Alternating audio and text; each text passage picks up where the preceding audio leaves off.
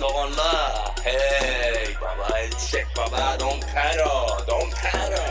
我是土狗man，我们起清蒸饭，没有工作，没有老板，每天在这儿抽水烟，抽水烟，每天在这儿抽水烟，操蛋的生活怎么办？怎么办？Türkmen sehra gel ki London İttihat yok millet perakenden ilan的钱被搞砸了，我们长大了，政府傻了，妈妈来了，都准备好了，经济顺序我都记拔了，millet partner ya da ne mi提拔的，这里不是台湾或中国，这儿伊朗毕业是我多，日子不好过，这儿贼多贼多，贼很多，贼太多，你不要受我们的伤啊！人们软弱，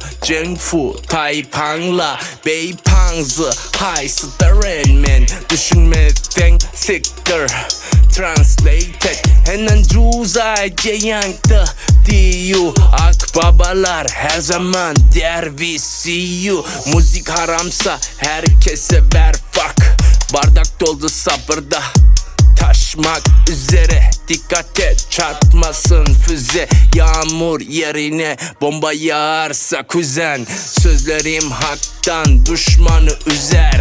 Burası boktan, hiçbir şeydi güzel. Meyo inüe, meyo meyli, Allah sabır versin, hava şeydi.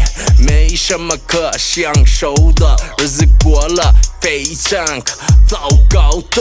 Para varsa elinde amına sok, boş yapma eğer karnınsa tok. Cuzay tukumanda şamoli, asepik bolsa unutmangsız karoli. Türkmen beluç zaboli zaboli, hememiz doğun havadi. Pero kalyan çek ya çay koyup, ayedime gel ya mihman doyup. Men ölüm direyim size gerek de, bana yetecek bolun siz emeklep, karnın şişiptir sen çeleklep. Buna meyle gelir kov trekle, yatıver galiver onunu eleklep. Yaşıl tüse de yoktur ki peyda, ahırda bollu ömrünüz zindan. Çıkarın rapten karıydınız siz, nire dediniz biz vakak hava biz, elmeden biz Türkmen bayrağı göğde. Rap okuyma bedbahtlık melen sen gördün, millet emmesi gör ya hiç kim körde.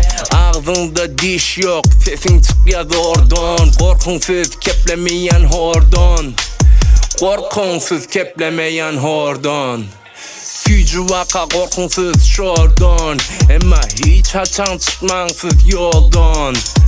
Gücü vaka korkunsuz şordan, ama hiç açan çıkmansız yoldan. Don Pero